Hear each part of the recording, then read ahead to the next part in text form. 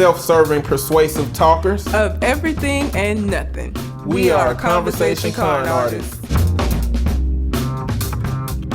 What's going on, people? It's your boy, Mr. On Point. And I'm very glad I've never been fired via telephone, also known as Calamity Red. And we are Conversation Con Artists, back for another wonderful episode. You can find me on Twitter and Instagram at Mr. MISTER_on point. And I can be found at Red_Calamity. Also, we're still doing the listener letter portion of the show. So if you have a question you would like for us to answer on the show, you can send it to our Gmail account, which is conversationconartist@gmail.com. Or find us on Facebook, Conversation Con Artist, and send it to us that way. We didn't have any letters this week, but my name this week did not come from one of our stories for the show, but one of these incidents that On Point had randomly during the week. Yep, I went to McDonald's, against my better judgment. Every time you go to McDonald's, it's against your better judgment. There is no good reason to go to McDonald's unless you work there. There really isn't. But this story is exclusively about somebody who worked there, and here is that situation.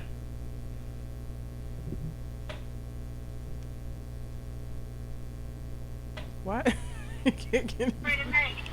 Oh Lord, why it ain't playing? Okay, here we go. You know we already been saying we struggling. Okay, well the decision already made.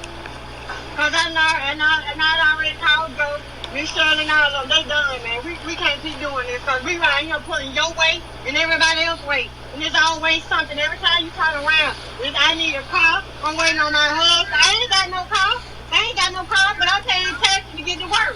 No excuse, T. Done is done, man. I ain't saying that to you. You done. We done. So I'm telling you, ain't no sense you coming because you already out, man. Have a good life. Thank you. Done, man. Can't keep doing this with you. How you doing? Hello? Give me 1 second. Yes, ma'am. So apparently, when I roll up to the drive-thru, her microphone is just all the way on, and so I'm hearing all the McDonald's shenanigans going on. And this was going on a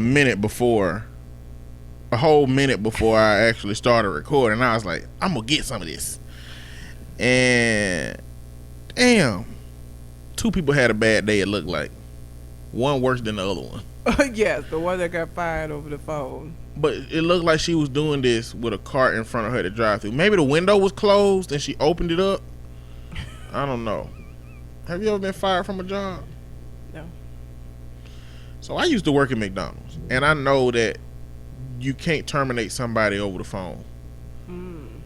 What corporate expects you to do, which is the asshole move, is to have the employee come on to work and say, okay, yeah, it's cool, you can be late, but you have to fire them in front of a 2 managers. One manager got to be there as the terminating manager, and one got to be there as a witness. She already talked to Joe and Miss Shirley. I mean, she did. They'll sound just like McDonald's manager names. Because at our restaurant, it was John and Miss Janice. That's just what it was. It's always one manager you got to call by Miss. Like, Belinda was just Belinda. Abigail was just Abigail. John was just John. But Miss Janice was Miss Janice. She had that don't call me by my first name energy. Oh, Jesus. And when I got there, I noticed everybody was just calling her Miss Janice, but everybody else, they regular ass names. And John was the GM. And he wasn't Mr. John. No, he wasn't Mr. John. He was just John. We had another one named Donnie. He looked like Barney Rubble.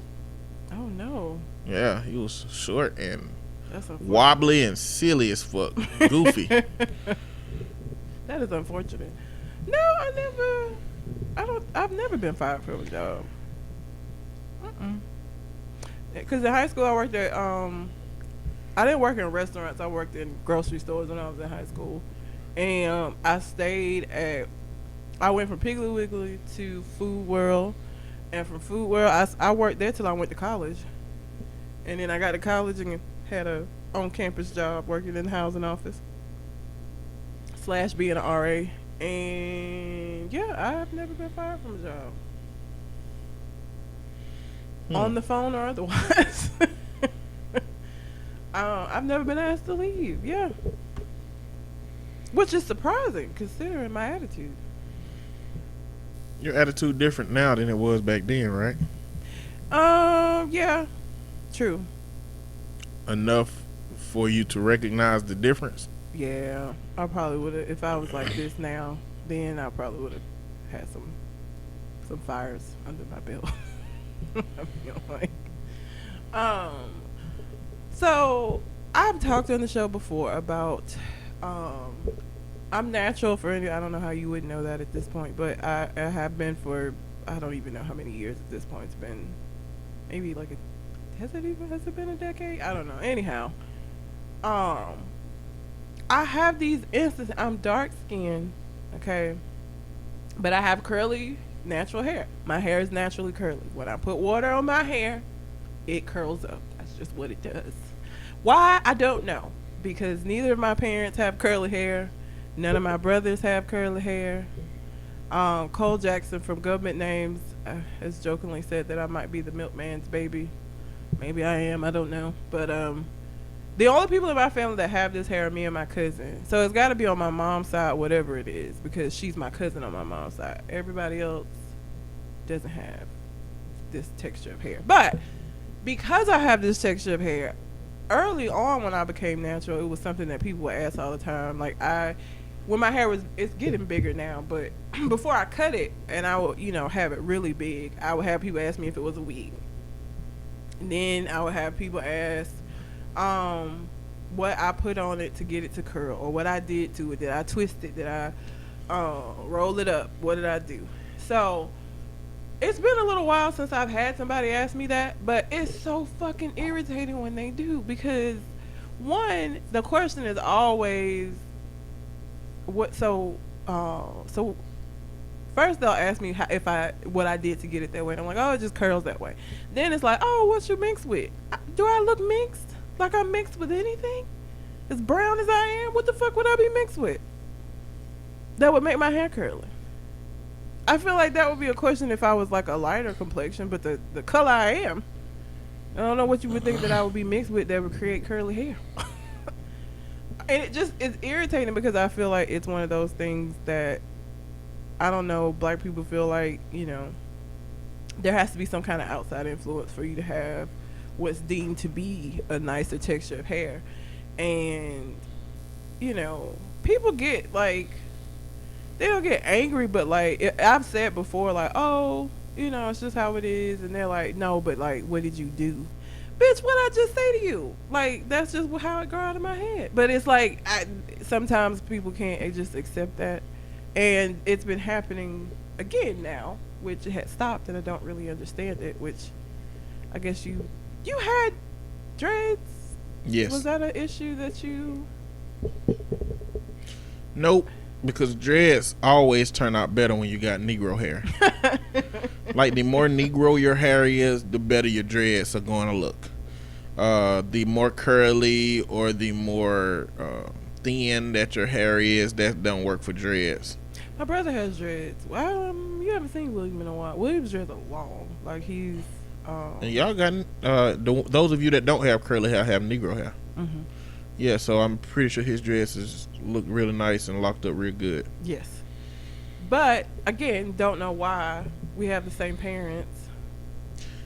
Neither one of my... But that's how genetics go. Genetics are a crapshoot. I explained to somebody that everything that has ever been in your genetic code from your family, from the origin of your family, is still in your code. Mm-hmm. And when you are born, it's just a random select. Like, every curl pattern... every eye shape, every chin shape, every skin shade. Now, if there's a skin shade that your family has never had in your lineage, that ain't possible. But it's so many, like, diseases, mental health predispositions, all of those things that exist on the palette. When you're born, that shit just random select. Okay, this hair pattern is... So it might not be... somebody in your hair, it might be 2 people every 2 generations that got curly hair in your family, to where your whole family be like, we don't know where that came from. But like, that's just how genetics work. If you got it, somebody in your past done got it. Like, my brother is 6'9". That means somebody in my family lineage has been tall. Yeah. But not in this generation or the last generation, you know. So people, you know, don't understand the complexities of our existence to the point that they just can't understand how you can have curly hair like that. It's not that I mind, like, I don't, you know, I had a YouTube channel. It's still up. I just haven't posted anything where I was like doing natural hair stuff.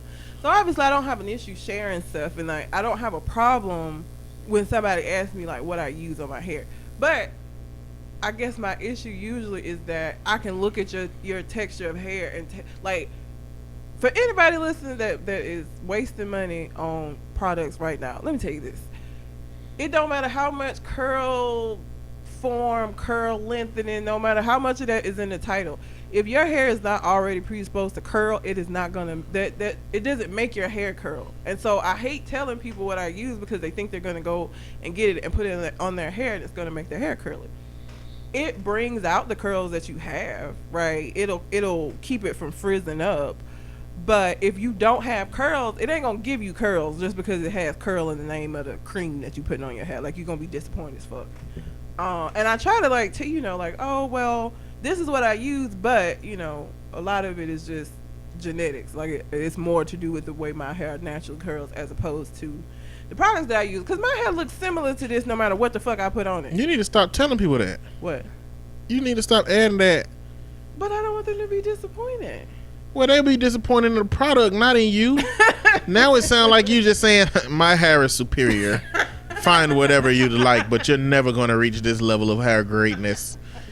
You know, like, that's what it... That's not what I'm saying. I know ain't what you're saying, but I feel like with the dynamics that our hair dialogue is in the black community, that's what they think. And the reality is, when you see hair curly like yours, it's usually with a light-skinned mixed person. Yeah. It ain't with Blackie. You're Blackie. I got it. It's not with dark skin. It isn't. You know? And again, early on, I kept telling myself that. Like, early on, I would say, okay, don't get irritated because, you know, it's because you're dark skinned and you have curly hair and they just don't get it. Like, but as time went on, it's like, bitch, listen. There are dark-skinned people with curly hair. I'm not the only one. It happens. Now, why it happens, I can't tell you. And if you were to see my parents' heads, you would be like, what the fuck? Like, it would make no sense to you. My mom has an Angela Davis fro. My mom went natural after I went natural. And honestly, I think she saw my hair and she know that, oh, okay, we got curly hair. And I honestly think she went natural because she thought it was going to look like that. And it doesn't. She has like a stereotypical like fro. She got a Good Times. Yeah. What's the lady name? Not Florida Evans, because hers is a little more. Florida Evans was real packed down. My mom's isn't packed down. Hers is more like. So Angela Davis. She got one of them. Yeah. I like them froze. I can't do that with my hair. If I were to pick my hair out right now, it'll be like this frizzy like a flop, like a sad afro. Yeah, it'd be a sad afro. It won't stand out because of, I don't know how thin my hair is or I don't know, but it won't. I can't pick my hair out and have a fro like my mom can have. And I like her hair, but I do think that because she didn't do it till after I went natural, and she was asking me about like all the stuff that I use, and I was telling her, but she just has like a fro, and my dad is. Her hair is like Angela Davis. My dad's is like, I don't know. It's like B to B's, like roll. Like he has to keep his hair cut low, otherwise it looks terrible. Like he is. Oh, he got that real African hair. Yes, he does. So where this came from, I have no idea. And the same thing with my cousin Crystal. Her parents, her mom, and my mom are sisters. That's how we're cousins.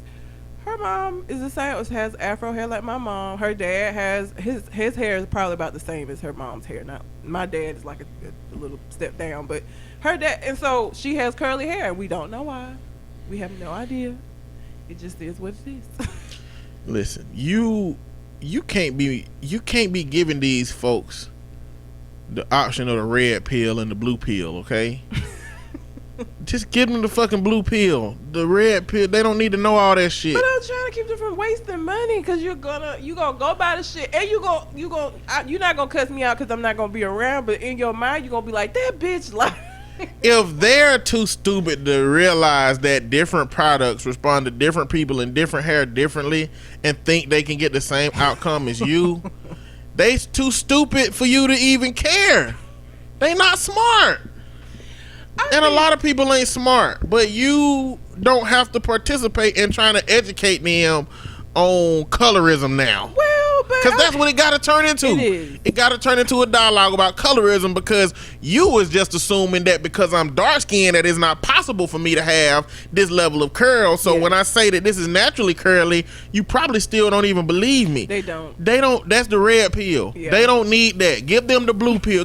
Oh, girl, I use Curls by Jenkins, and then I use a moisturizer spray. I don't remember the name, but it's in the blue bottle with gold letters. Only one like that. Get that one. Spray it once, then do the Curl by Jenkins, and then you gonna be good. Oh, okay. With your dumb ass.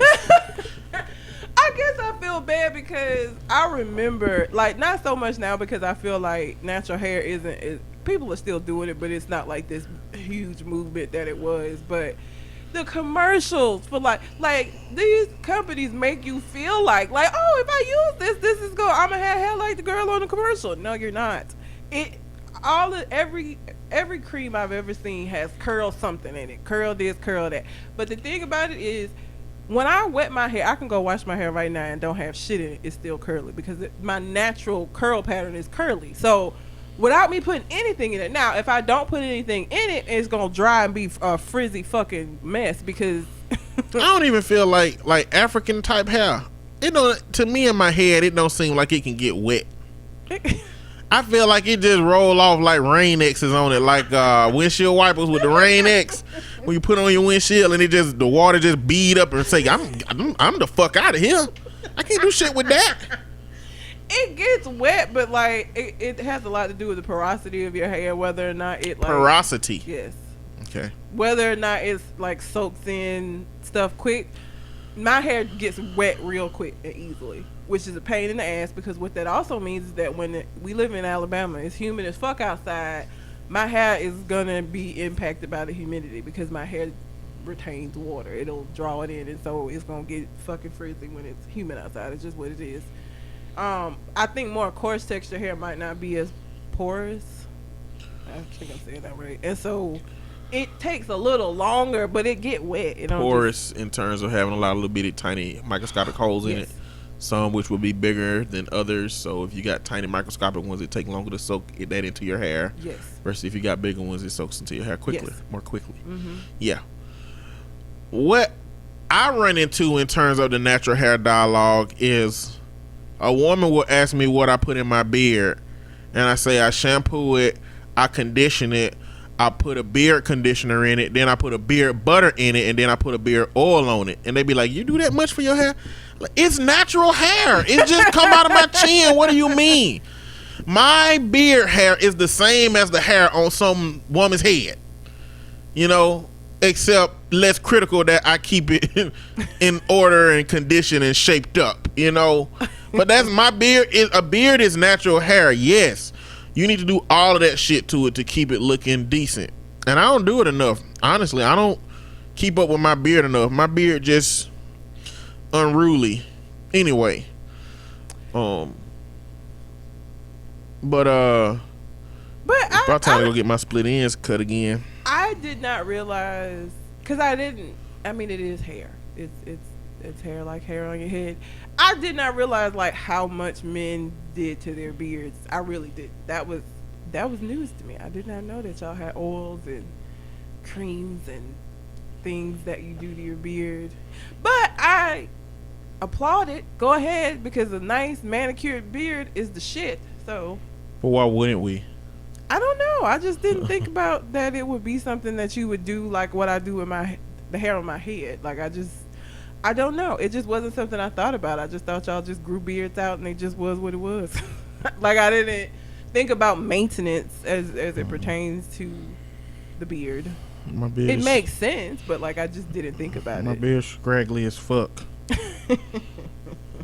You know, but I'm okay with it like that, cause I'm rugged. I'm low maintenance for myself. You know what I'm saying? Like, but I got gray hairs coming out my beard. Yeah.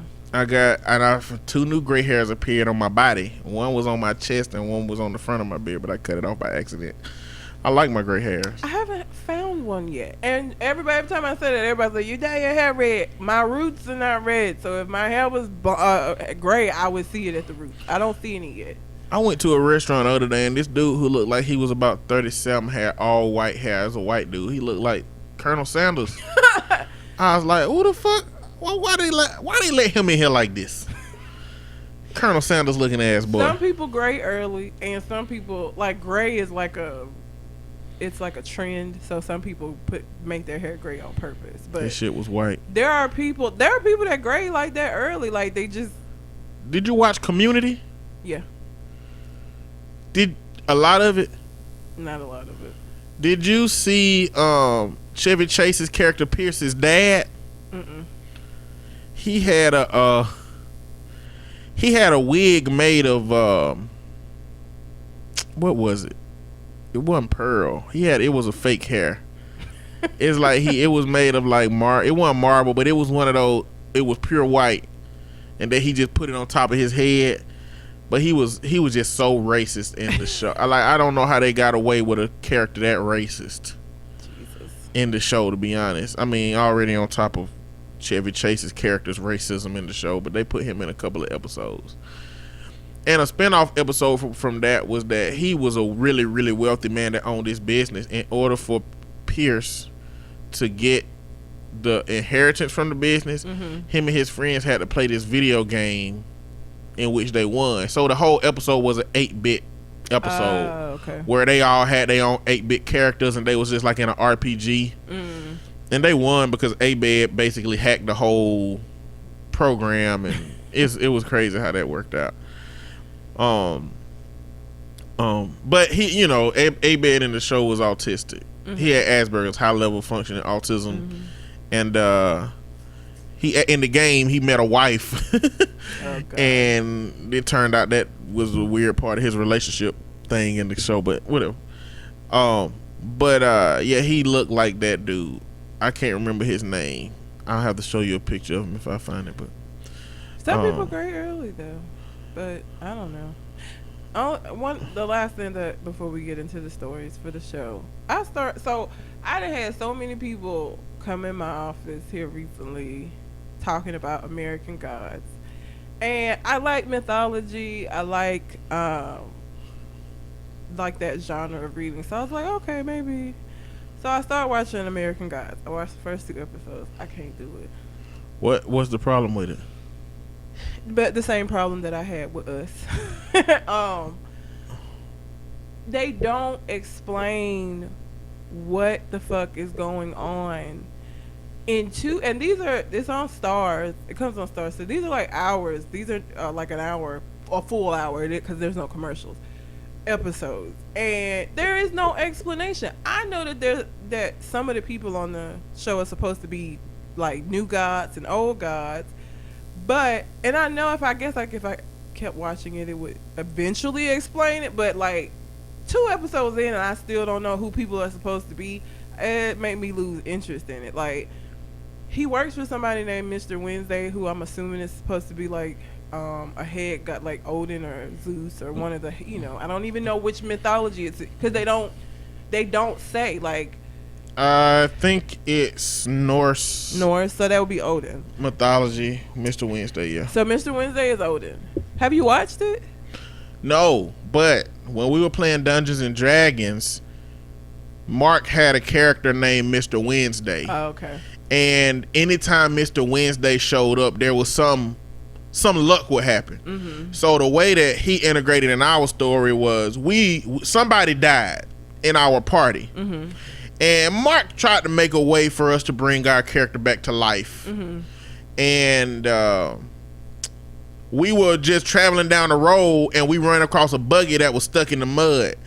And this man, two old men was in the buggy and they asked us for help. Mm-hmm. And one of the men was calling the other one Mr. Wednesday. And Mr. Wednesday was basically asking to help. Mm-hmm. And when we helped, he said, it looks like you're a bit down on your luck. Is there something y'all trying to accomplish? And we basically told him that our friend died and we were trying to get him back. And he went over to the friend, snapped, and he came back alive. But that's only because we helped him. Mm-hmm. So Mark set it up to where we could make a decision. Like he saw, he painted it to where we should have just walked by. He was like, it's storming outside, and you see two figures over in the mud, and they look kind of shady, and and so he was like, do you stop and help or do you keep going? And I was the team leader, so I was like, we're gonna stop and help. We helping everybody. We got in here to help people, so let's help them. And it turned out to be beneficial to us. So, but he must have watched American Gods. Hell no. Oh, he just for the last 40 years of his life been reading about mythology and D&D characters and all that stuff. So he explained who Mr. Wednesday was outside of American Gods. So. Well, and what is the name? It's based off of a book by is it Neil Gaiman?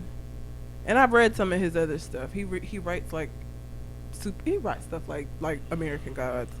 And so it's based off of his story. So I mean, he could have just read the story and not watched the show, read the books, but it. There's so the main character that you're following, and because you're following him and he don't know everything, you don't know everything, is a guy who just got out of prison, and he got out early. He was gonna be getting out in like another 5 days anyway, but he got out early because his wife was in a car accident and died. Well, what nobody told him till he got to the funeral was that his wife died in a car accident with his best friend. She was giving the best friend head. And when the car accident happened, his penis broke off into her mouth. So like when they found them, did he have weak penis or did she have strong head? I don't know. I guess while he was driving, she was giving him head. They had a car accident. I don't know. Maybe she bit down because of the jerk. I don't know. Anyway, his penis came off and it was in her mouth. And so, he was mourning her. Then he found out that was how she died. And this Mr. Wednesday just kind of came out of nowhere when he was traveling back to go and to her funeral. And they just never, they don't explain who Mr. And again, I'm sure if I kept watching it, maybe they would, but like 2 hours in and I don't know who none of these fucking people are. He gets kidnapped by this young kid who I'm assuming is one of the new guys. Because I think the whole premise is that there are the old gods like Odin, and then there's these new guys. And the new guys want to get rid of the old gods. And the old gods are fighting to retain their space, I suppose. But they don't put names to none of the gods. Like, I don't know. Because you're looking at it from the perspective of Shadow Moon. That's his name. He don't know what's going on, so you don't get to know what's going on. And I don't like that. Give me something. But everybody keep talking about how good of a show it was, and I was like, well, let me try. And I feel like dedicating 2 hours is good for me because I don't really give shit chances. So, but I need more explanation so that I can better follow the story because I don't know what's important and what's not because I don't know who none of these fucking people are. It's weird. It's a weird show. I've been watching The Orville. What is that? It's Seth MacFarlane's space show. Oh, Jesus. It's serious. Oh, is it? Yeah, it has specks of humor in it and specks of callbacks to Family Guy. Mm-hmm. Like there's a woman on the ship who's a single mother with 2 kids, and one of them come up to her to try to wake her up and do that whole little Stewie waking mama up bid. Mom, yeah. Mommy. Yeah, he does that. Not for the extended period that he did, but clearly it's a callback. But the themes in the show are very, very serious. I mean, they deal with trans issues in the show. That's very different for Seth because there's a race in the show called Mockless, and they're an all male race. Mm-hmm. There's an all male planet basically. Oh, and they have eggs. The males have eggs. But once every 75 years they have a female. And the tradition on the planet is to have a procedure that turns them into a male. But because this Mocklin was on the ship with humans and other races, no other culture was okay with that. And so they had to have a whole trial based on not asserting one culture onto another culture, but really the appropriateness of what that culture is doing. So it was a whole episode that was like synonymous with trans existence. That's very different for Seth MacFarlane. It is a good ass, well written show. I mean, it's clear that Seth MacFarlane is a genius as it pertains to writing, in terms of being able to draw an audience and in terms of being able to, create humor. But it seemed like he got those writing skills as it pertains to like a dramedy. It's like 70% serious drama and 30% we gonna throw a little bit of funny stuff in it, callbacks. It got a couple of characters that's just funny characters, but everybody have a serious moment at some point. Okay. It's a really good show. Like, I suggest people watch The Orville. I don't. American Gods is in the second season, so I was like, oh, I'll just catch up. I don't like watch stuff when it's popular. I'll catch up on the first season while everybody watching the second season, but that doesn't make me want to watch, and it ends on stupid points. Like the second, and I guess it's to make you want to watch the next episode, but I was just like, this is stupid, I'm not watching it anymore. The second episode ended with Shadow Moon losing a checker game to somebody who I'm assuming is another god, but they never explain who he just this Russian weird man, and he lose the checker game. So the stakes were Shadow Moon works for Mr. Wednesday. Mr. Wednesday was trying to get the Russian man to help him with whatever the fuck he got going on. So Shadow Moon is playing checkers with him, and he says, if I win, if Shadow Moon wins, then the Russian man has to help Mr. Wednesday with whatever the fuck it is he needs to help. If Shadow Moon loses, the Russian man has this obsession with like killing. So apparently he kills cattle, and he started killing cattle like when it was the old school where you like take a mallet and like hit them on the head with it in the right place and not kill them. And so then now they don't do that no more. Now they have like something that you use to like kill the cattle really fast, and so he misses that. So if he won the checkers match, he wanted to be able to hit Shadow Moon with his cow killing mallet. And so Shadow Moon loses, and then that's how it ends. So I know it's to make you want to watch the next episode and see if Shadow Moon actually gets hit with the mallet, but it was too much. I need more explanation. I am not somebody, I don't like for a story to not make sense. And like, if it's gonna take to the last episode of the first season for everything, I ain't got time for that. It's too much. Makes me not want to continue to watch, which might be the opposite of most people. Maybe that makes other people want to continue to watch so that they get the explanation. I get frustrated because I don't have the explanation to say fuck it. Well, to me, that's the essence of why you would choose TV shows over movies, because TV shows give you that extended opportunity to learn these things. So when I watch shows, I expect not to have all the information, but what makes me stay into a show is how quickly they disseminate that information. If they give it out quickly enough, it's just like with games, like with God of War. Well, God of War does this very, very well. If I don't get a new weapon, a new skill, a new power, something in a reasonable enough amount of time versus they regular powers, I'm going to jump out of the game. Devil May Cry do this probably better than any other game. It give you so much new stuff, you can't even use it all. With Devil May Cry, you choose one or two things or three things that you like. I've got to get 5. I didn't even know that there was like you could fight with a motorcycle. Oh yeah, I'm so ready. Yeah. I gotta get it. But it does that very, very well. And I like, with my TV shows and my movies, the balance between telling a good story and delivering me new shit that keeps me invested. It has to all work together. That's why I stopped watching Scandal before it went out. Like, I started watching Scandal because people were talking about it, and it was actually good because it was episodic.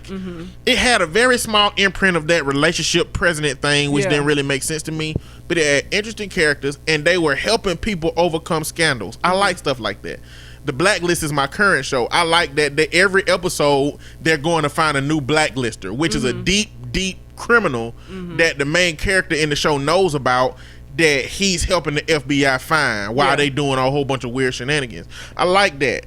I got out of Scandal because at some point they stopped doing that and just started making the show 90% about this presidential love affair thing and drama and dynamics like that, and I couldn't stay in it. But if you keep that up, I'll stay with it. If the title didn't say American Gods, if somebody just said, "Hey, Red, come sit down and watch this," with no explanation, I would not know what the fuck was going on. It would just be this confusing clutter of scenes that don't make any sense, because there are things that happen that shouldn't be able to happen in like the human world with the logic that we have that are not explained. And so again, you're looking at this from the lens of Shadow Moon, who has no idea what the fuck is going on, and nothing's explained. So like, it's confusing. I wouldn't know that there were supposed to be gods. You know what I'm saying? Like, if it wasn't in the title, I would not know that that's what is going on, because there's no explanation at all.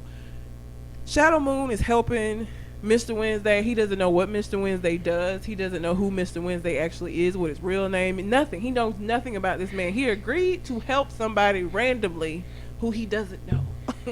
And ever since he agreed to help him, all of this supernatural stuff has been happening to him with no fucking explanation. He got his ass whooped by one of the new guys. I'm assuming that that's who he was. When he went to Wednesday didn't even give him no explanation. He was basically like, you can accept that there's a lot of crazy stuff going on, that and so that you're crazy, or that there's a lot of things going on that have always been going on that you didn't know about. Like, that's his way of explaining it, but it's by not explaining it. So that should drive me crazy. I just think it's unfair for you to take this one episode, two episodes. It's only like the first season is only like 8 episodes. It's not long. It's not like it's like 20 episodes and I only watched 2. I feel like that's a reason you should have just went through all of it. It's so weird. Have you seen the Umbrella Academy? You told me about that. Because I figured that the girl, the one that he told didn't have any powers, is that show? Mm-hmm. That she had the best powers, because it didn't make any sense for her to be the only one that didn't have powers. But it just took forever for them to get to. So well, it's about how many episodes did I watch? I don't know how many episodes I watched. The Umbrella. So for me, it's like, the show is, to me, superheroes with trauma, basically. Yeah. I mean, they got took from their mama and was raised as superheroes their whole life. Mm-hmm. And one of them was told she didn't have powers. Spoiler alert, everybody. And not only that, he was an asshole about, like, But what I will say about the show is that, I mean, it's really early that they set up that dynamic. Yeah. So by the end, I got where I wanted to, but I got there in a way I didn't expect to get there. That's all I got to say about it. Like, I think you should watch it. If you're listening, I think you should watch it by how they tell that story and how they get there, and how everybody's different trauma impacted their abilities to use their powers. And it sets up a second season to how we get ready to see it. But man, it was a really interesting dynamic of how you see superheroes. But I think that's coming, because it's another show coming out called The Boys. But all of them on Amazon, and it's basically, it's The Boys. It's basically of the if superheroes were like dickheads or mercenaries more so than they were doing this for the goodness out of my own heart type situation. And it's clear the main person supposed to mirror Captain America, it looked like. But look, there's a lot of Marvel, DC superheroes. They all got trauma. Batman was an orphan, lost his parents. Spider-Man also, I feel like Tony Stark, like, all of them got like trauma. I feel like that's. Well, imagine if every superhero had trauma. Think about it like humans. A lot of us have trauma, and some of us can still create successful lives through it, but it's some of us who we don't. They become substance abusers, and they become homeless, and they have problems with relationships and shit. Like, imagine that group of superheroes that have powers, but it's really like, we fucked up out here, and it inhibits some of their powers, and it's impacted their ability. Like, that would be like the superheroes we know. They had trauma, but they were able to be relatively effective with their trauma versus what's supposed to happen in that show. I feel like the villains are the ones that weren't able. The ones that have powers anyway. The villains that have power, they're the ones that didn't. They didn't adjust to the trauma, or they didn't respond to the trauma in a positive way. But anyhow, But also, I don't remember his name. The lead singer from 30 Seconds to Mars, which I used to listen to them a lot. is that Jared Leto? No, I don't think that's not Jared Leto. Jared Leto's in a band though.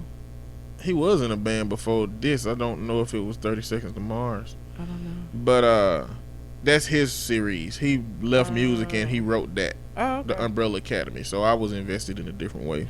Just trying watching to it. find, give something a Maybe shot. Jared Leto was in 30 So Seconds to Mars. he was in a band. I can't remember if it was 30 Seconds to Mars or not though. It was 30 Seconds to Okay, Mars. I knew it was a band. I couldn't remember the name. So is that him? No, it can't be him. Let I me mean, it could have see. been somebody else that wasn't the lead singer. Jared Leto was Yeah. like the singer. He could have been like a bass player or the drummer, or like one of the other members. It didn't have to be the singer. I'm trying to find it. But yeah, I was just trying to watch something, cause I watch Discover like ID Channel a lot, and I was like, I'm gonna either end up murdering somebody or I'm gonna continuously think everybody is a murderer. I need to take a step back from watching this shit. Maybe I'm wrong. I guess somebody gave me bad information. This is why I look my shit up. Maybe it is not somebody that had anything to do with 30 Seconds to Mars that is doing Umbrella Academy. Or maybe I could be saying the wrong band or something. I don't know. Gerard Way. That's close. Jared Leto. I don't know. Anyhow, yeah. So if y'all have any suggestions for TV shows, please comment and let me know, because I'm trying to let me preface this. I do not watch drama. I work as a therapist. I hear sad shit all day. So like This Is Us, any show that's like that, I'm not gonna watch it. My Chemical Romance. Oh, My Chemical Romance. Yeah, Okay. not 30 Seconds to Mars. Okay. Which I listened to. I like listened My to them a Chemical lot. Romance. Yeah, they was my two. They had some they had songs that were named weird. Mhm. Like what's the other group that names their songs stupid stuff? Fall Out Boy. Fall Out Boy. Yeah. No, Panic at the Disco do it too? Yeah. Panic at the Disco is who I was thinking of. I don't really A lot of like those Fall Out groups Boy do like that, Yeah. but you know, them the ones that I listened to that did it. If y'all are gonna suggest shows for me, no drama. So no This Is Us. I'm not gonna watch that shit because it's too. I work in a field where I have to listen to sad shit. I don't Look. watch dramas in my free time. I Look. just don't. I feel the same way, but This Is Us feels like a different kind of drama. I Like I started couldn't watch watching it. Queen Sugar. I started watching This Is Us. It's too much. I couldn't keep watching it. I don't know how y'all do this to yourself week after week. No. I like the Black Family, man. Not They were doing cool. it. So no dramas. Anything else though? I like a lot of fantasy. Like I gave American Gods a chance because that's my shit. That's my lane. So, but no dramas. I'm not gonna watch no dramas because I hear about it too much. I don't want to do that in my free time. Would you watch The Blacklist? I've watched the Blacklist. Oh, you didn't like it? I liked it, but it just didn't. It's not like a show that kept my attention. But I did like the chasing at the new person every week. James Spader, man. And James Spader. He's just so good. Yeah. And I kept watching it because I kept thinking he was her dad. Because they kept making it like he could potentially be her father. So that was another thing that kept me watching it. But yeah, it just didn't keep my interest over time. But I did like it when I watched it. But like, yeah, The Blacklist, shows like that I will watch. But like anything that is dramatic, I deal with that at work, and I don't want to work 8 hours listening to people's trauma and then sit at home for fun and watch trauma on TV. I don't want to do that. So it needs to be funny or like sci-fi or action or something that's not dramatic. But anyway, y'all have a question y'all like for us to answer on the show, send it to our Gmail account, which is conversationconartist@gmail.com. Or you can find us on Facebook, Conversation Con Artist, and send it to us that way. So the pickaninny is at it again. Kodak Black, you know, T.I. said something to him when he said that shit about Lauren London. A lot of people said something to him, but T.I. was the one that he decided to respond to. So T.I. made a song. I don't remember what T.I.'s song was called, a diss track about Kodak. Don't remember. I don't know either. I don't know what it was named. I don't really care enough about this to actually listen to these songs. But Kodak Black did, first he said some real disrespectful shit about T.I.'s family in a statement. Then he made a diss track himself called Expeditiously. The only reason I remember the name of his track and not T.I.'s is the fact that that nigga did not name that. He don't know how to spell expeditiously. Nobody's gonna convince me that he does. Okay? So somebody in his camp told him to do that and he did it. But shortly after that happened, there was a video of him being arrested. What were the charges that he was arrested on? Hang on. Gun and drug charges, I think. Gun and drug charges. So now there's a picture of him being escorted away. This motherfucker got a fan of money. Like he took some bills and spread them out to cover his fucking face up with. I'm sick of him. I'm sick of him. Why? What'd he do to you? I don't like him, and I'm tired of having to hear about him and see him, and I don't give a fuck about Kodak Black. Because he's a terrible human being, and we all know that, I feel like. And here recently, like yesterday, today, by the way, today is Sunday, so when y'all are hearing this, he dyed his hair blonde. And so now not only does he look like a pickaninny, he looks like Lisa Simpson, because he still has that pointed hair, but now it's blonde. And so he looks like Lisa Simpson / you remember Cynthia from Rugrats, the doll? Yes. That Angelica had. And he also kind of reminds me of Cynthia a little bit. More Lisa than Cynthia, but I could see Cynthia. He looks stupid. Somebody said a Super Saiyan. I think that's disrespectful to Super Saiyans, and so I'm not going to say that.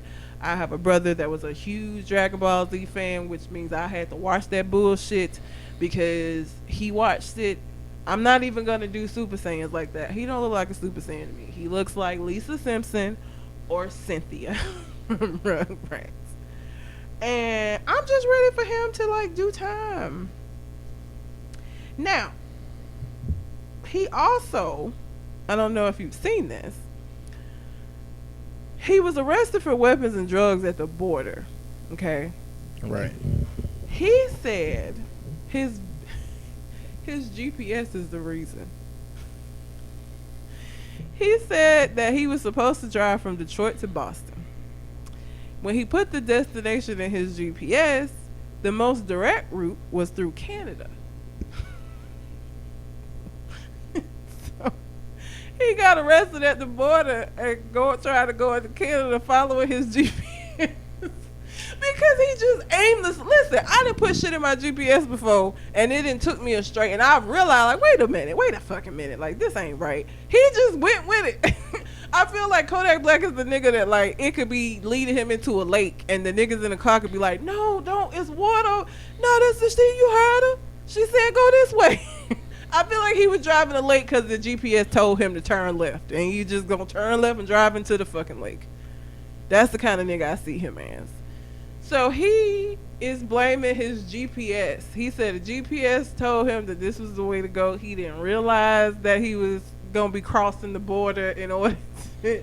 And I've never used my GPS as close to, like, you know, close to the border. But I would hope Google... I hope Google would account for you crossing over into another country. Like, I don't know. Now I'm curious as to what would Google do if you were about, like, Google tell you about everything else.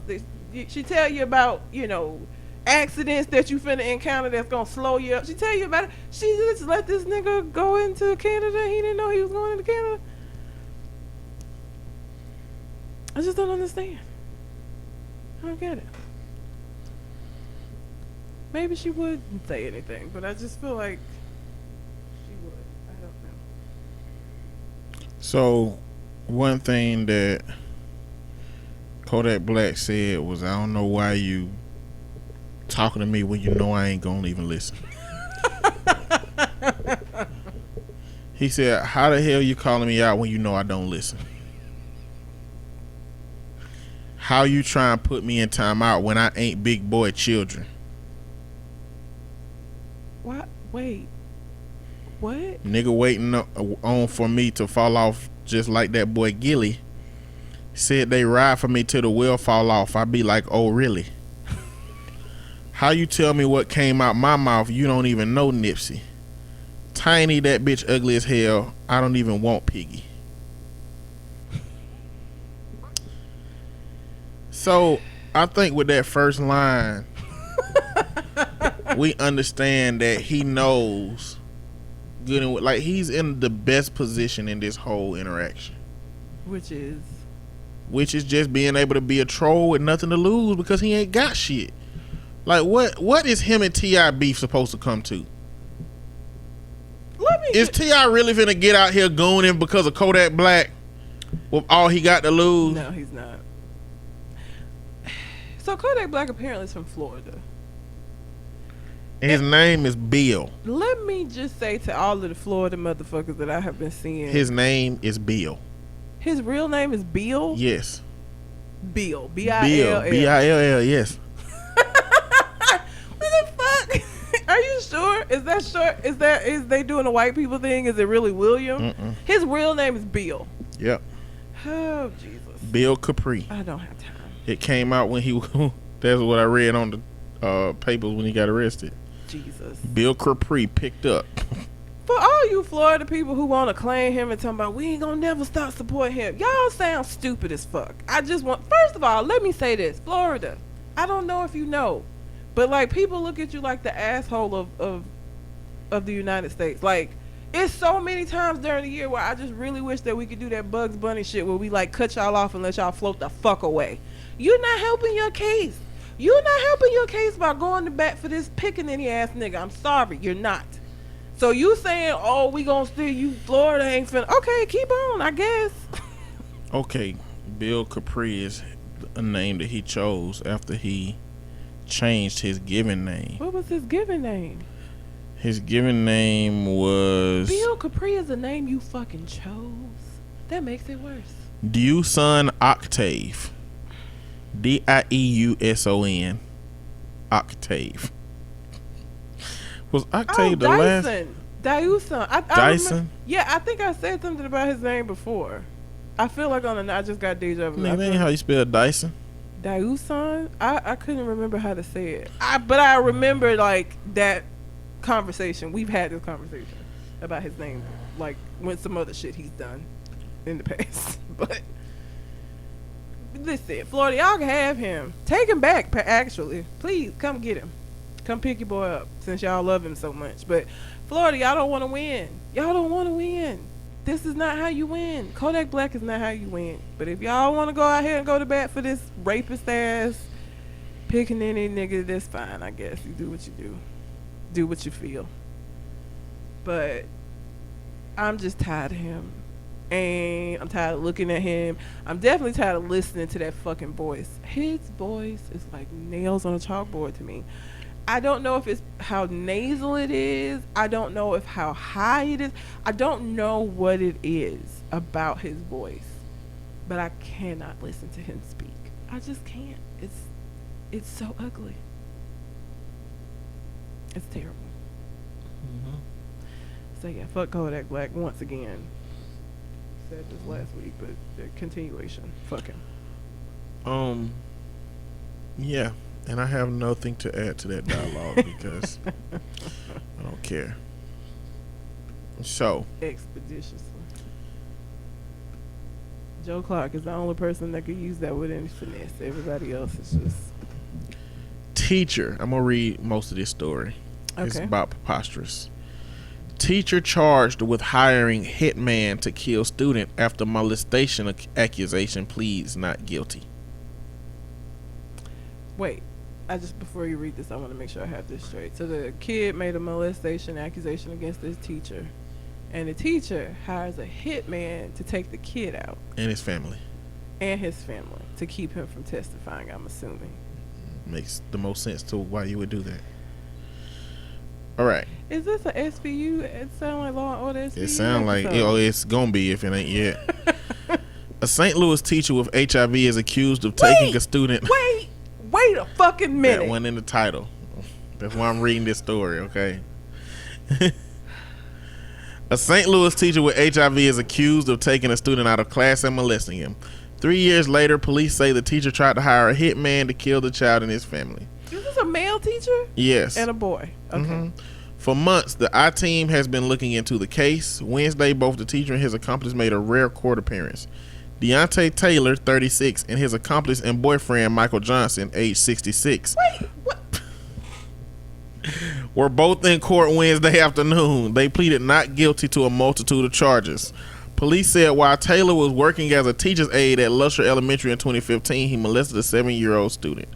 Charges weren't filed, and Taylor went on to get other teaching jobs and finally landed one in the Ferguson Florissant School District at Walnut Grove Elementary School, where he taught 5th grade. We questioned the district about his vetting process. Mr. Taylor went through the same process that all our teaching candidates go through. Everyone goes through a criminal background check, sexual abuse registry background check, and there was nothing that showed up. He was arrested in November 2018 after his DNA was found to be a match to samples found on his former student. But months later, while behind bars waiting trial, police said that Taylor and Johnson tried to hire a hitman to kill the child and his family. They also uncovered at the time that he was still being paid by the Ferguson School District I-Team. So while he was behind bars accused of molesting a student and he's still getting a paycheck from the district rep said everybody receives due process, and he had an opportunity to have due process when those initial charges were filed. When the subsequent charges were filed, it became clear that he was not going to be returning at that time he was fired. So he kept getting paid starting up. So Taylor is facing a felony of sodomy charges, while he and his accomplice face conspiracy to commit murder and witness tampering charges. Taylor's alleged victim is now 10 years old. He and his family have started a GoFundMe page to help recoup some of the expenses they had over the last 3 years. Poor baby. So wait, okay, because I was finna get real ignorant, but so him and the boyfriend together was gonna hire a hitman. The boyfriend wasn't the hitman, was it? No, the boyfriend wasn't the hitman. I They was just gonna finna hire the say his hitman old together. 66-year-old ass. How you gonna get him to go kill somebody? His old ass. That whole thing sounds ridiculous. Absolutely ridiculous. The entire so many questions. Did he have HIV when he molested the child? Has the child been tested to make sure that he didn't contract this from this teacher? I'm sure the parents have had him tested. Molestation doesn't mean any like insertion or anything, right? Well, if their sodomy means insertion either in the mouth or the ass. If he's being confused, if his charge is sodomy is not the same. Sodomy different. Sodomy yeah, because is either oral. they saying it as molestation on the. Yeah, but you said when they the his charge is sodomy. The sodomy is either oral or anal. I didn't know, cause so every time I saw sodomy, I thought it was anal. It's not though. It can be oral. Any insertion into an orifice, apparently. So, if he's being charged with sodomy, then something happened. Some insertion happened, or it wouldn't be sodomy. So, Interesting. I wonder if this. I mean, it could be just one of them situations where they throwing the book at him could be. and choosing to use sodomy as a way to throw the book at him. Where would you said that his DNA matched the DNA found on the kid? Where was the DNA found on the child at? I don't know. It's so. Oh, fuck him! And he 36 with a 66-year-old. But this is why you end up having to be careful, man, because there are people who are predators who put themselves in positions to have access. He did this during school. He took him out of the classroom. Yeah. That shit is just sad. I mean, I hate to make people paranoid about. No, you need to be people, don't be paranoid, but be watchful and mindful of the fact that this shit happens and that it's possible. You just need to keep your eyes open. I don't think it's paranoid. I think it's justified cautiousness is what I would call it. Because, yeah, pedophile, like every pedophile, there are plenty of pedophiles out there who've never been caught and never been charged and been getting away with doing this shit. And so you wouldn't know because they're not going to show up on nobody's database. And because they're not going to show up on nobody's database, they are able to get jobs around kids because nobody yet has come forward with some shit that they've been doing. So as a parent, you just have to be careful, man. You just never know. You just never know. And it isn't because this was a male gay teacher, because it's female teachers out here fucking students. Like, it just don't matter. Like, you just have to be careful with your kids. Yeah. Because people ain't shit. That whole story was terrible. Like, Tell me the about more you read, the worse it got. And then not only did you victimize this little boy, but because now hopefully he can get some kind of justice and maybe, you know, this will help him in the process of processing this trauma, you want to kill him. For real? It wasn't enough? You've not done enough to his young life yet? Now he got to live in fear of being killed by you? Like, niggas ain't. I wonder how you trying to kill him, though. Like, who are you calling? I don't know. Like, if you ever called me and was like, can you help me figure out how to find a hitman? First off, I'm going to be like, no, I'm not going to help you find a hitman because I don't know how, and I don't want to know how. Because your Google searches, boy, them things that get you fucked up. That's why you don't Google search under your own shit. Don't even Google search on the incognito. I don't even trust that shit. Oh, no, I mean, you go to somebody else's house and do it. Well, you trying to fuck somebody else up. You gonna do your people like that? Hey. I ain't letting you use my computer for shit no more. So you can fuck up my Googles. No, I mean, I was like, gonna publish my Google search history at one point, you know, on Facebook. why were you gonna do You know, that? I was interested in seeing what I had on Google, and I was like, you know, I Google a lot of things that help me learn about shit going on in our society. So I was like, you know, it'd be cool if people knew that I be Googling shit. And then I had to weigh out the Googles that are stupid, because I wouldn't filter it. It's all or none for me. That's the integrity that I have in things. I'm not trying to paint a particular picture of myself. I am what I am. So it's like I see shit in there like the difference between effect and effect, and I'd be like, oh shit, I should know that. I don't want people to know that I searched that 3 times over the course of a week. Yeah, but like I just put impacted now. I don't try to figure out which one is impact. I just use that word now. Mine But depends on like a day, because I've had instances where I've had to Google pegging and ghetto gagger, and it just depends. So like on those days that somebody looked at my search history, they'd be like, what the fuck kind of freaky shit is this? Incognito. That's why I go incognito. Anytime I'm finna have a questionable search, I go incognito. That's why I don't have no bad searches like that on them. I didn't know. But I have searches where it's like, are you an adult? Or are you in 11th grade English?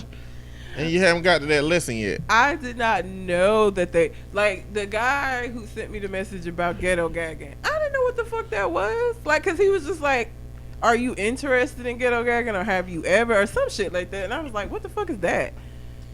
And so I Googled it, thinking, like, I didn't know what it was. I didn't know it was a porn term that I was Googling at the time that I found out. Come on. But at the time, I didn't know. I was just like, what the fuck is that?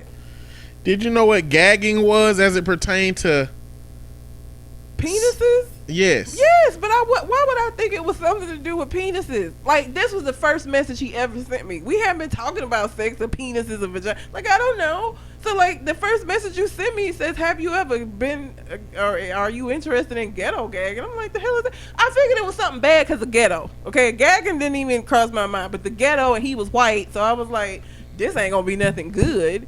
You know, but I thought it was going to be some racist shit. I didn't know it was going to be some porn shit. I didn't know. I learned very quickly, unfortunately. So it depends on the day. Because I look up stuff if I don't understand what it is sometimes. And it looks questionable on my part, depending on what it is. So I don't know. Eminem is celebrating 11 years of sobriety. Only reason I wanted to talk about this is just because I wanted to talk about substance abuse in general.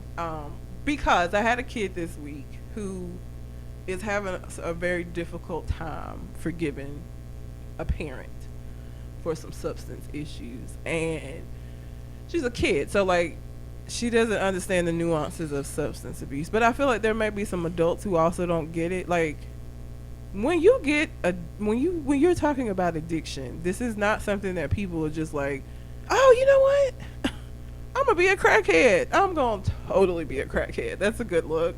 Like people don't do that. And so once you become addicted to a substance, it is not as simple as walking away. And I think a lot of people look at substance abuse as something that should be simple. Like you gonna lose your kids, so your kids should be more important than this drug, so just stop choosing the drug. It's not how that works though. If you've ever been taking a medication for an extended period of time and stopped and like felt kind of sick, like imagine that but on like 10,000. You know what I'm saying? Like anything that your body becomes accustomed to, I don't know what I was going to say. Anything that your body becomes accustomed, I was used to. Anything your body becomes accustomed to, when you take that thing away, especially when you take it away drastically, there are going to be some ill effects. There just are. And it doesn't even have to necessarily be, heroin, crack.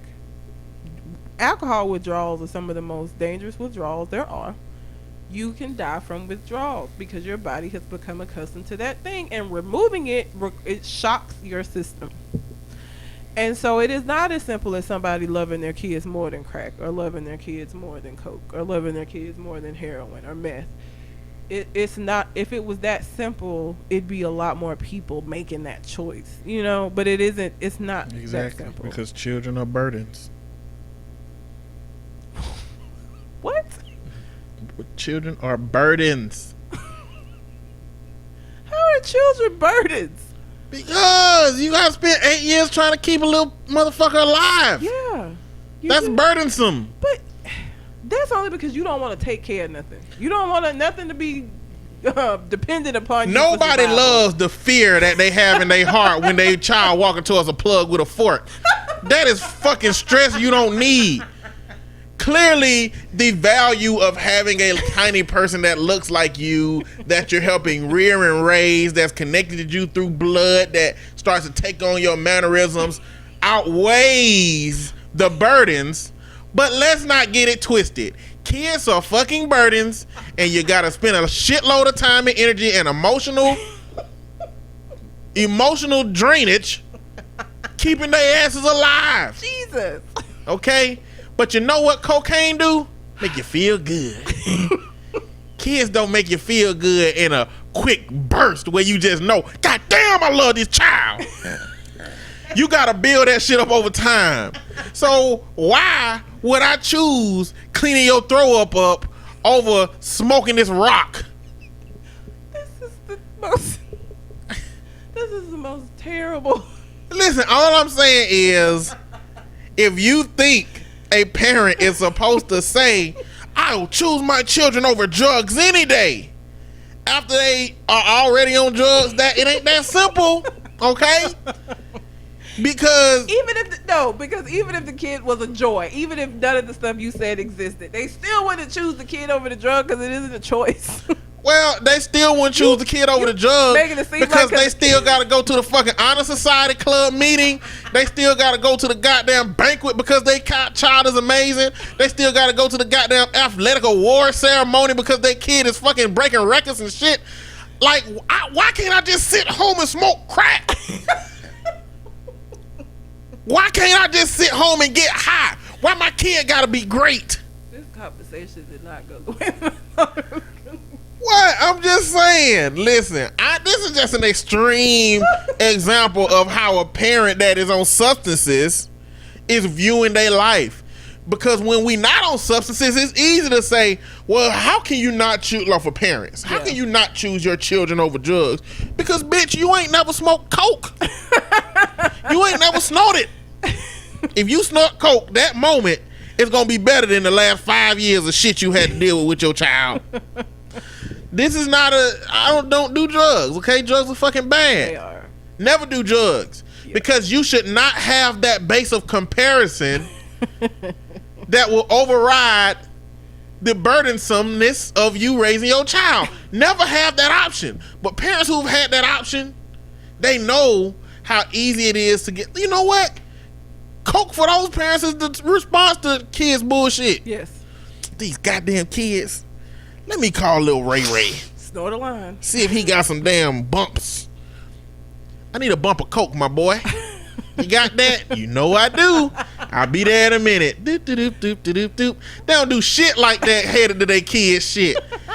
They be headed to the kids and be like, man, I hope I don't see that crazy ass mama that was here last time.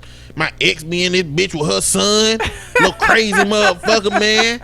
Kind of look like me. I hope he ain't mine. Gotta come to this event, be social. They don't even have no snacks. Having pizza. Cheese pizza. Who the fuck don't want meat on their pizza? I don't want to go to this. This is how adults and parents go to their kids' events. Now, I'm not saying all adults and parents. I'm saying the adults and parents who have been exposed to drugs and who has at some point chosen the drugs over their children, okay? It is, again, it's not a choice. They're not choosing the drugs over their kids. They kind of are. They're not, though. Like, without... They're not choosing for their bodies to value that substance over their children. I mean. If their body didn't value it, it would be easier for them to just walk away from it. Like, it's like me taking Loratab. Loratab makes me sick, first of all. But if I take Loratab for 2 days, that's not gonna make my body addicted to it. So like on the third day when I ain't gonna take it, don't got no more, it don't matter, I'm not gonna feel no fucking kind of way about it because my body's not gonna be like, red, where the Loratab at, bitch, let's go get it. Like, but once that happens, it is very difficult. Like, I have people all the time, parents that come through with DHR situations where they done had substance abuse. First of all, they do not address that very well. Let me say that. Putting somebody on task and saying that they gotta go drug test without giving them treatment is stupid. Like, of course they keep failing the goddamn drug test. Yes. What do you mean? All you did was say, we gonna test you. You didn't give them no other coping mechanisms. You didn't help them to find something to replace that with. You just said, stop doing it because we gonna test you. That ain't how that works. But I will have parents that are like, I could just quit. Can you? I just choose not to. But why are you choosing not to, though? Are you choosing not to? Because it seemed to me like your life would go a whole lot easier if you were to make that choice, if you were capable of it. But once your body get addicted to it like that, you can't do that shit. Even if you want to. Even if you really, really, really, really, really want to and know that's what you need to do. You get them coke sweats, it's going to be hard for you to be thinking about your kids and not the dealer that you can call to get rid of this feeling that you're feeling right now. To get rid of these shakes, to get rid of this vomiting, to get rid of these terrible things that you're going through. It's a lot easier to call that coke dealer than to look at your kid and say, I'm going to keep vomiting because I love this child sitting in front of me. Like, that's not how that works. And so, the kid that I had was just real. She felt that way. She felt her mom chose the drug. I feel like she's a kid, so she don't. I feel like if that child experienced that parent drug free at some point, and they at some point re-chose to embark on substances, and it turned into abuse. She's never known her mom on drugs because. So she's normal mama up until a certain age, then boom. Now the older kids know her on drugs. This particular child, shortly after she gave birth to her, she ended up giving them all up because she knew she wasn't shit as a parent. And so when she was a baby, she, and then when her mom got her back, mom's been sober now for like 7 years. So like the mom that she's known has been the sober mom. She's not seen addict mom, but she knows that she didn't live with mom originally because of that. So that means that. So can a child in that event blame the parent if they can't, if we not going, because we don't want to look at substance abuse as a choice while you're in it. Is there any validity to them making the original decision to do substance that they can be mad at? Well, so when I was I gave a little speech about it's not a choice, and I said, sometimes people have things that it's hard for them to deal with. And she said, well, that was a choice she made. She chose to start doing crack. So she does blame her just for the original decision to like smoke in the first place. Which, I mean, I get it, but I ain't did crack. Have not done crack or coke or any drugs. But I have responded negatively to something that has happened and done like something stupid. Haven't been drugs. It hasn't been anything that was going to have a long-standing impact. But like I've coped in negative ways with shit. But because I have, and because I'm 34 and not 12, I can look at that and say, okay, yeah, she did choose to do that. That was a bad coping decision, but that's what it was. More than likely, it was a coping decision. Because mom had a rough life. Grandma was also a crackhead, so mom was raised by mom on drugs.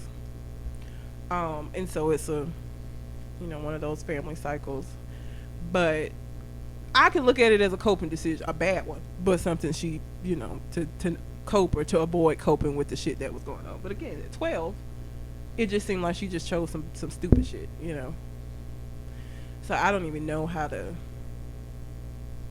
explain that to her in a way that she's gonna understand at 12. It's just not, it's hard. I mean, she's not in a position to be concerned about understanding. Yeah. There's a lot of things in our lives that we could understand if we chose to, based on our sensibility and our rationality. But the reality is, when our trauma start making the decisions for us, why would we try to understand it? Yeah, understanding it, there's no benefit to understanding it. Understanding it just means that you have to accept shit you can't control. Yeah. Nobody wants to do that. Yeah. I mean, I think with age because again, the reason why me at 34, because I know I didn't cope with shit terribly. Like, I know it had been cracked, but I know that in the midst of dealing with something, sometimes you don't make the best decisions. And so it's a lot easier for me to look at that mom and say, okay, I get it. She straightened her life up. She did what we tell everybody to do. Get your shit together, get your life together, get your kids. She did that. But at 12, when you ain't had to cope with nothing yourself, you know what I'm saying? Like, she don't have no frame of reference for that. So for her, it is as black and white as you should have just chose us. Because at 12, what other than this trauma that she's having, the anger she feels towards her mom, she hadn't really had to deal with anything where she has a frame of reference for understanding what that looks like. For her, she hasn't had to make a tough decision like that or a tough choice. She hadn't made no bad plays yet. She's 12. So I think it's one of those things with age. Might get better, especially mom just doing what she can. She's not a perfect mother. Okay. These kind of things end up being an expectation issue, though. I mean, the depth of her issue is based on how much she want and expect her mama to do that she's not doing, or that she didn't do. Because her mom's doing everything because when I asked her, like, what today does your mom need to do differently? What today does she need to change? What today do you have a problem with how she moves? And she don't really have nothing today. Like, her mama just took her mom takes her shopping. They go out to eat. Just the two of them away from the sisters. She's going to do stuff with all three of them. Today, who her mom is today, she don't have any issues with. But it's the fact that who her mom used to be, a lot of that has to do with the person who was keeping her while mom was going through the shit she was going through. Because I think the person that was keeping her was talking shit too. Because a lot of this stuff she would have been way too young to really remember as vividly as she does. And I think that has a lot to do with the person who got custody of her during that time. That ain't helping. Because again, from what she's known of her mother personally and experience, she didn't experience the drug use. Her older sisters did, but she didn't. There's just a really weird balance between understanding that a person is angry at you for things you've done, even though those things were done under the influence of something that you had very little control over. The reality is the ripple effects are still what impact the people in your life. The ripple effects of things you can't control. I got a kid that I know who a whole bunch of professionals in the area have worked with, who, after smoking meth, shot his brother in the head. You know? And I mean, there is a fine line upon which you walk where you say that they couldn't control it. Because at a certain point, the damage you do, even if you can't control it, cannot be undone. You know, and so that child is just an innocent bystander to that thing that parent can't control, and she get to react how she want to. Hopefully she matures to the point where she understands that her mama didn't have as much control as she wished she did in that time, but she's still gonna be left with those feelings and those emotions. And I mean, what I've tried to do is toe the line between, I understand the anger, but also encouraging her to maybe get a more wide understanding of what that looks like. Because again, it's not as black and white as she should have just stopped smoking crack. But you know, congrats to Eminem, 11 years. But another thing before we move on that I want to say, I just wanted to talk about this for any adults that may have this, because there are grown people who had that kind of mentality. You know, she out there doing all of this, she should just, she should love her kids enough to, and it's like, that's not a gauge of love, somebody being addicted to a drug. I don't think it's fair to gauge their love for the people in their life based off of that. Exactly. So that, and two, addiction is a lifelong thing, okay? You are in recovery until you ain't here no more. So Eminem is 11 years in. It could be one bad fucking day. You know what I'm saying? Like, all 11 of them years will go down the drain. That is something that person has to deal with for the whole rest of their life. It is no such thing as like, you don't have to worry about this anymore. That is always something that they have to be cognizant of and mindful of. And so, yeah, he 11 years in, but he gonna be more susceptible than people who haven't done drugs at all. So that's always something that you have to kind of keep in mind. I think sometimes people get comfortable because they've been clean for so long, but it's like, it take one bad day and you not being cognizant of where you are and how you feeling for you to throw away 7 years of sobriety. So, and just remember that a small bump of cocaine is so much easier to see the benefits of versus a child immediately. Okay, a child, the enjoyment that you have in children is like compounded interest. That shit got to stack. You know what I'm saying? Like, it got to stack and stack and stack. Cocaine is like winning the lottery. Okay? You just hate kids. I don't hate kids. I work with children. Yes, you do. You work with other people's children. I think that you hate kids as it pertains to you having your own and having to be responsible for them. Like, I think you find them irritating. As evidenced by this whole conversation, that Coke is better than a kid. No, I'm not saying Coke is better than a child. You are Fox News in my shit. Damn. You're saying that in this conversation that I've said that Coke is better than children. You're saying Coke is easier to choose than a child? No, I'm not saying Coke is easy to choose than a child. What are you saying? I'm saying that the immediate effects of cocaine are felt immediately and directly versus the enjoyment that you get in having a child. It ain't felt immediately. So when you're comparing children to cocaine and the ease with which you're supposed to choose one over the other one, damn, cocaine has felt boom like that. Serotonin, boom. Oh man, I feel it's an orgasm type feeling is what's explained when you, because the same center in which you have an orgasm, that's the same place that cocaine goes to when you have, when you snort cocaine. You feel that shit immediately. You do. The last time you felt the orgasm with a child was when you put the penis in the vagina. Okay? That's the last time you got that feeling. The rest of that shit is compounded interest on your responsibility. Okay? Now, that is not the same as cocaine is better than children. It should be easier to understand now that a person who is a substance user may continue to make this decision over and over again until they get caught into a cycle of not being able to make the decision, the choice, to where it becomes because some people can be casual substance. Some people are casual substance users. They're functioning. They're functioning. They don't get addicted to it. They literally do it for fun, and that's it. And they can at some point they just don't do the shit no more. When I was in grad school, they made us go to an NA and an AA meeting. When I went to the NA meeting, if you've never been to any of these meetings, they always have a speaker, somebody to tell their story. The guy that told his story was somebody that worked for like this really big company. He had gotten like high up, and he was like doing these weekend trips with like the CEOs. Now the CEOs were functioning addicts. They snorted coke when they went on these trips. Rest of the time they was just not doing coke, but that was like one of the things, like we're gonna go look to the cabins and do some lines of coke. That's what they were gonna do. He had never done coke before he started hanging out with them.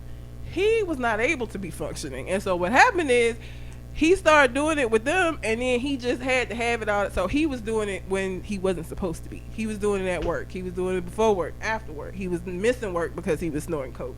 Lost everything behind it. So yeah, there are people that are able to, like, it's like recreational, but you don't know. Here's the problem: you don't know if you're gonna be that person till it's too late.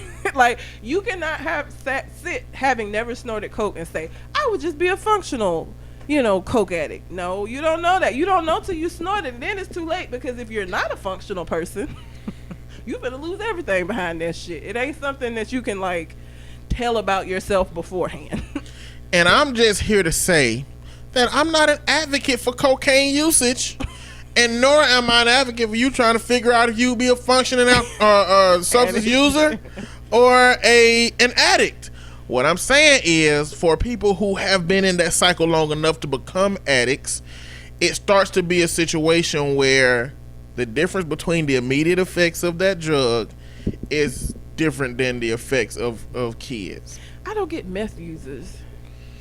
Like, your teeth fall out. Like meth is one of the ones that you have all of these really terrible physical effects of. You know what I'm saying? Like, you get meth mouth. They have all of these sores. Like with coke, you don't really have like physical impacts. Like, you don't look at somebody and be like, that bitch on coke. Like, but it's the same dialogue, except you saying, how can you choose meth over your teeth? Like, you saying the exact same shit we've been saying this whole time. No, I'm the saying immediate effects of meth that feels good vastly outweighs the concept that my teeth gonna be fucked up in a year. That if I was gonna choose a drug, meth would not be. Like, if I was having a tough time, meth would not cross my mind as one of the things to go. Like coke, yes, maybe, but well, like meth, crack first, then continue. That was weeks ago.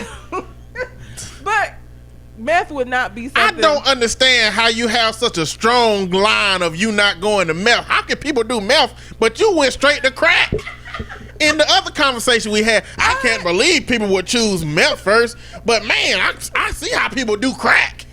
That was just said in passing. Like, I wasn't even thinking about a particular drug. Me and my cousin was just talking, and I was like, shit, I had a bad day. I get how people do crack now, because shit is sucky sometimes and you don't want to feel it. I just chose crack, just randomly. Nobody starts with crack. I know. You've told me. I just want to make sure you know. I got to reiterate this. Because you have, clearly in that conversation, you had a misunderstanding of what happened after people have some shit days. They don't go straight to crack. I hope I fixed that for you. They don't. But Meth is not something. So like, if I was having a bad day, was going to use a drug, it just wouldn't be. I can't. Yes, you would. Meth. If you were white, you lived in a trailer park, and you can make the shit out of a fucking beaker, Clorox, and goddamn whatever go in meth. But I'm black. Well, there are black meth addicts though. Let me not put that out. There are black people that are addicted to meth. Well, that's because they live in a trailer park. Like, that's just a cheap, accessible substance. Just like in the hood, crack is a cheap, accessible substance. It's wherever you are, that's the drug that you're going to cope with. It's every close. time I see black meth addicts, I'm always like, you on meth? Okay. I'm just saying, if you can walk across the street to get meth, but you gotta drive downtown to get some cocaine. I'm gonna drive downtown to get cocaine. No, you're not. Yes, I am. Not if you ain't got no damn car. Oh. Shit. You're going to go across. You're going to walk across the street and be like, "Hey, Johnny, do you have some cocaine?" He's gonna be like, "No, I got meth," and you're gonna be like, what's the difference between cocaine and meth? Okay, so cocaine is like a candy high, and meth is like a cotton candy high. You're gonna be like, candy and cotton candy? I fucked with cotton candy when I was a kid. You know what? Give me some meth. That's how the shit work. You don't just like, when you're poor, you don't get to choose what you coke. I was saying me though. I have a car, and so with me, I would choose to go get the coke. I'm not gonna go get no meth. I hope that way of thinking is the result of the conversation we had about not trying to go find no fucking crack, because you got a car and you can go get some crack if you want to. But I would hope that when you have one of those days, you choose a higher tier of substance. Already talked. I wouldn't know where to go get any of these substances from. I'm not gonna go to clients, and those are the only people I know who would know where to go. Like, I don't know anybody. You can call me. You don't know where to go get I know these goons. You think they no overlap between the people that find me laptops and drugs? You are not gonna go get crack for me or coke for me. I'm not gonna call you up and be like, "Yo, I need." Of course fucking not. Why the fuck would I do that? Exactly. You talking about I know you. You don't. You said you don't know where to get it. You didn't say I don't know where to get it and who can go pick it up for me. You adding shit now. I ain't trying to. You're not gonna even tell me what. You're not gonna tell me if I called you and said, "Hey, all I need to know is where I could go get some coke." You are not gonna be like, "Okay, let me call my homeboy and set it up for you." I don't believe you would do that. What you think I'm gonna do? What the fuck is you trying to do coke for, Red? Like, I feel like you would try to do like an intervention or some shit. I can't see you just being like, "Well, she grown and she want to go get some coke." Like, I just don't believe that would be how you would respond. Your level of stubborn is different.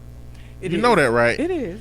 At the point that you decided to do something, like every time we have a conversation about some shit you don't want to do or you shouldn't do or something, I have a conversation with you, and I feel like sometimes some of it might penetrate, but not very often. So I don't really know what I'm gonna say. I'm gonna be like, "How much thought did you put into this?" All of it. I want some coke now. I mean, do you know where you getting it from? No. At this point, I'm just trying to make sure you ain't snorting no goddamn Comet, because I need you on the podcast.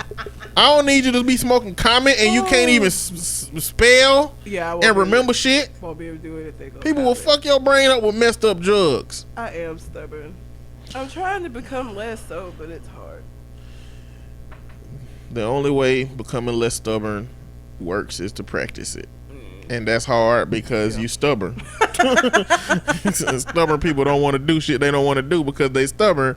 And the only way to fix stubbornness is to do shit you don't want to do, even though the reason that you don't do it is because you're stubborn.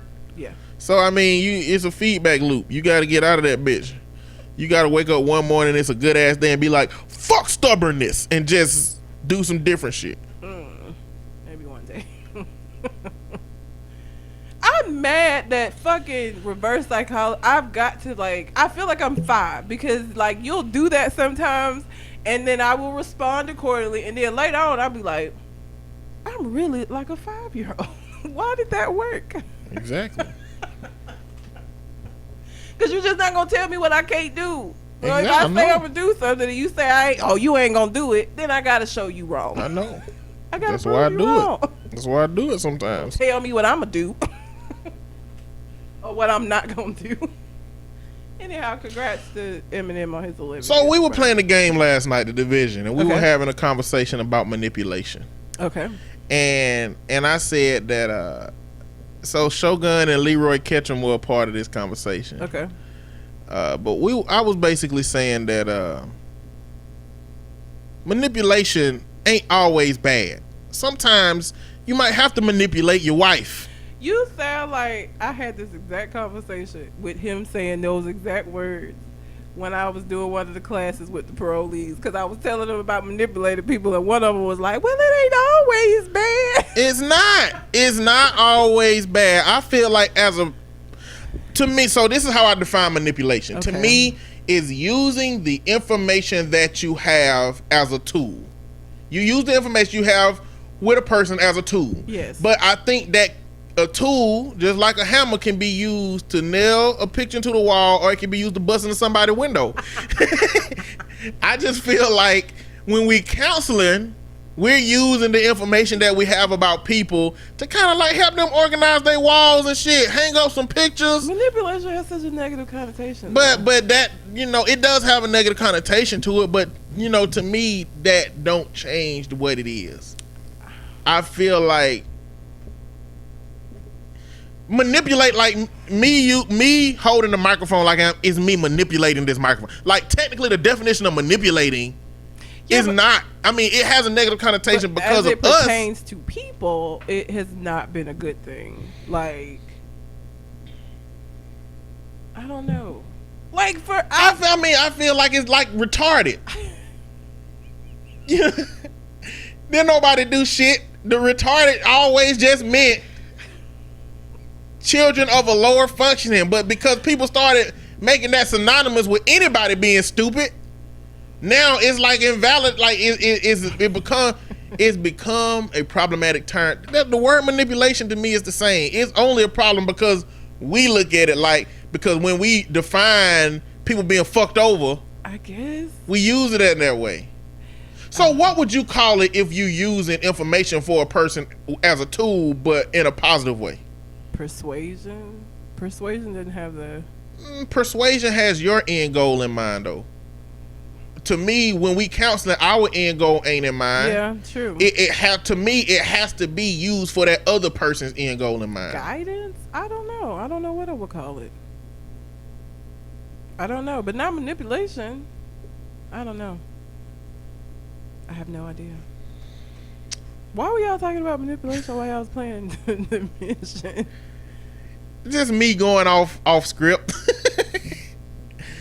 Me going off script. We was just having a conversation about Shogun suaveness with ladies and how those skills would come in handy. And if he wanted to use Leroy Ketchum was like, well, I don't need none of that because I'm married. And I was like, hey, wait a minute now. Let's not act like there ain't some value in manipulation. There are some things that your wife would never give you if you don't work at it. True. Yes, that's true. How are you ever gonna get movie theater head if you don't put the work in? She not gonna do that to you just because she your wife and you at the movies. It takes work. Okay? It's gonna take work. It's gonna take work for you to put on your Batman suit and for her put on the Catwoman suit and for y'all to go. It's gonna take work. She might not be into that shit, but if you want that one day, at some point you gonna have to use what you know about her. Okay, so baby, this is what happened. I bought some opera tickets. I fucking hate opera. I know you fucking love opera.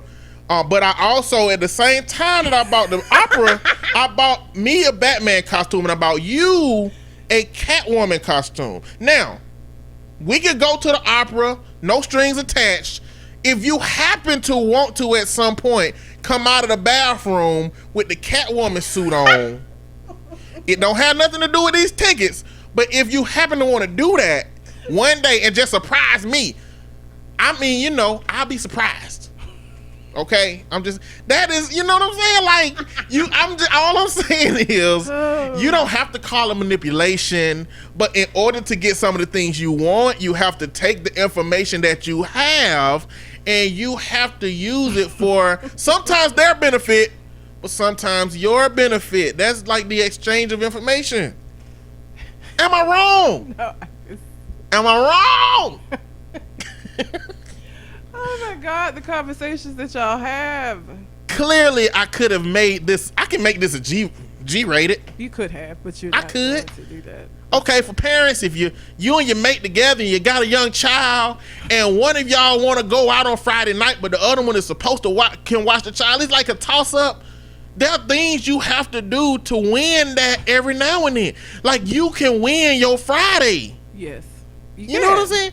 But that takes knowing the other person, knowing what you have to do and the work you have to put in to achieve that. I mean, listen, You don't have to call it manipulation, but whatever you want to call it, I've done that. it exists. I've known that the person I was with was mad at me, and so like I'll dress up or something just because I know that they're upset with me. So I guess I've done that Exactly. to get my way or to get out of. Women, if you make a man mad and you trying to get in his good graces, just have you a trench coat. And when he come in, just have just the trench coat on and ask him, do you know what's under this trench coat?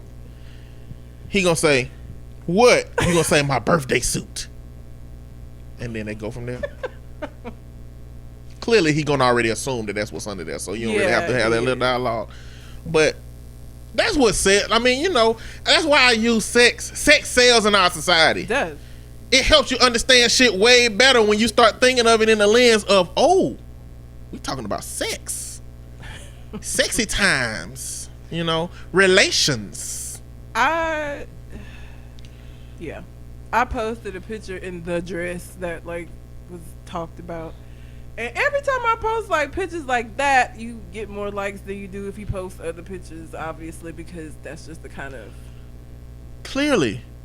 society that we live in. But also, when I post those pictures, I get motherfuckers, Cole specifically, telling me that I'm thirst trapping. But I'm going to work. I'm not. I feel like thirst trapping is bikini pictures, or like I don't turn around, stick my ass to the camera and take a picture. Well, we're not interpreting it right, okay? We're not interpreting it right. The reason that it's a thirst trapping is because of the thirst, not because of the you. That's the issue. It's like nothing that you can do in that regard outside of never post a picture of your body. That's what I said. Yes, thank you. So that's the issue. The issue is that it's just so much thirst out here that when you post a picture of your body, anytime boom. It's not from like the shoulders up, if I post a full body pic, somebody is gonna say something. I mean, it's a thirst trap. But it connotates that I'm purposefully trying to trap. Like I'm doing this on purpose. The trap part is what, not the thirst.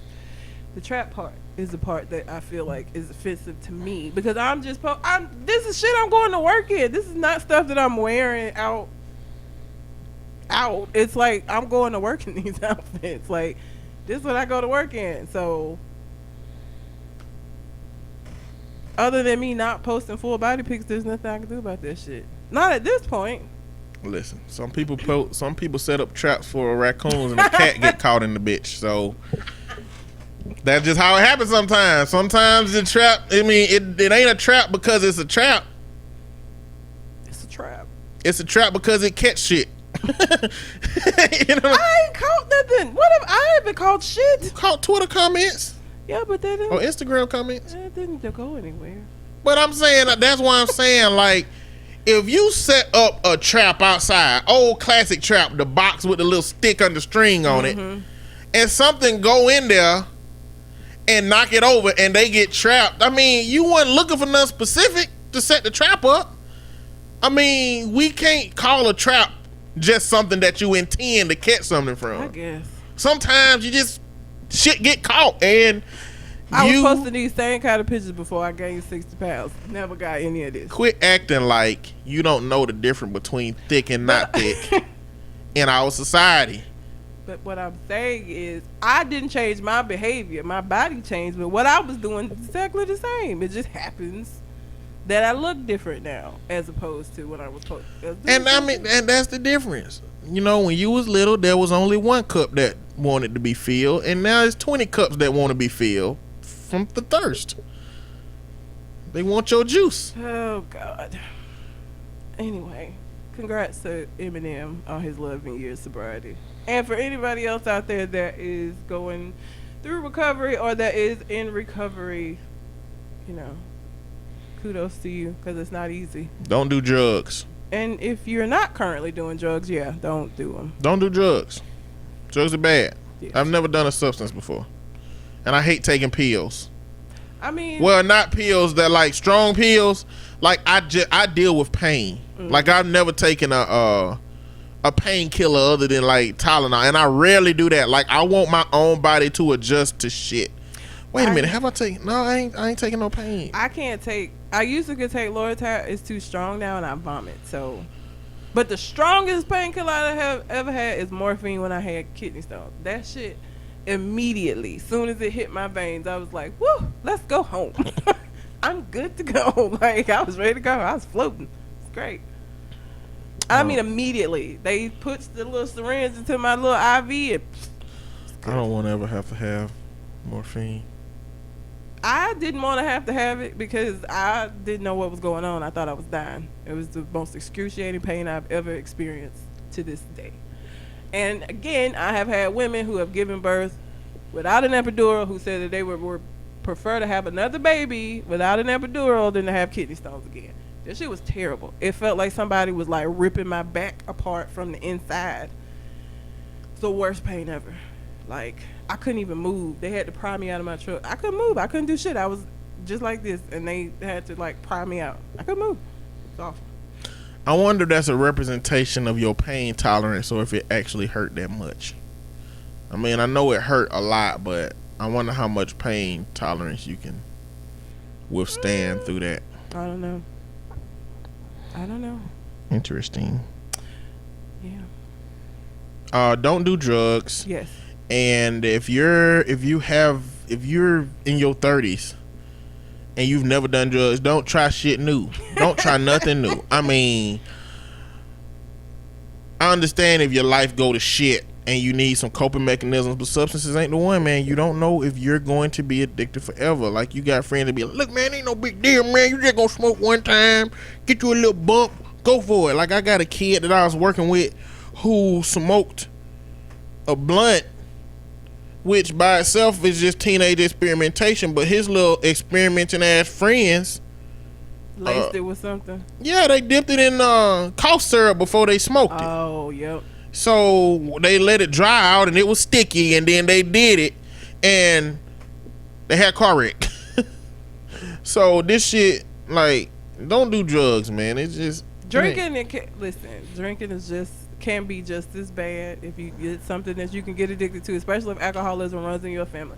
I drink, but very carefully, because I have alcoholism on both sides of my family. So like, it'd be real simple for me to become a drunkard. Let me clarify that, because I really don't like getting caught up in a cycle of telling adults what they should or should not do.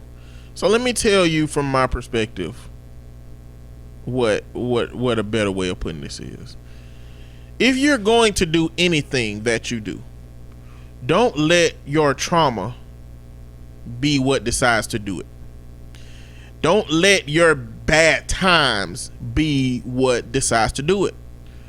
You need a healthy coping mechanisms in time of bullshit. You don't need unhealthy coping mechanisms. They just lead to more bullshit later on. Like, you got the bullshit you were escaping from by doing the drugs in the first place. Now you got the bullshit that the drugs bring into your life on top of the bullshit you never really took care of. Now, if you want to drink, or if you want to do drugs, or if you want to do substances, do them knowing 100% that you're doing it because you solely want to do it, not because you're using it as a means of coping with some shit that you're going through. that's when it becomes a problem. Now, even if you do consciously in good faith choose it in that way, don't mean that you will not become addicted to it and it become a part of leading you down a fucking tunnel of bullshit. So I don't want to tell y'all what to do, but be careful. So what the fuck was I finna talk about? An Alaska student was expelled after she kneed a boy in the groin in the girls' bathroom. Wait, what? Say that again? An Alaska student expelled after she kneed a boy in the groin in the girls' bathroom. Why the fuck was he in the girls' bathroom?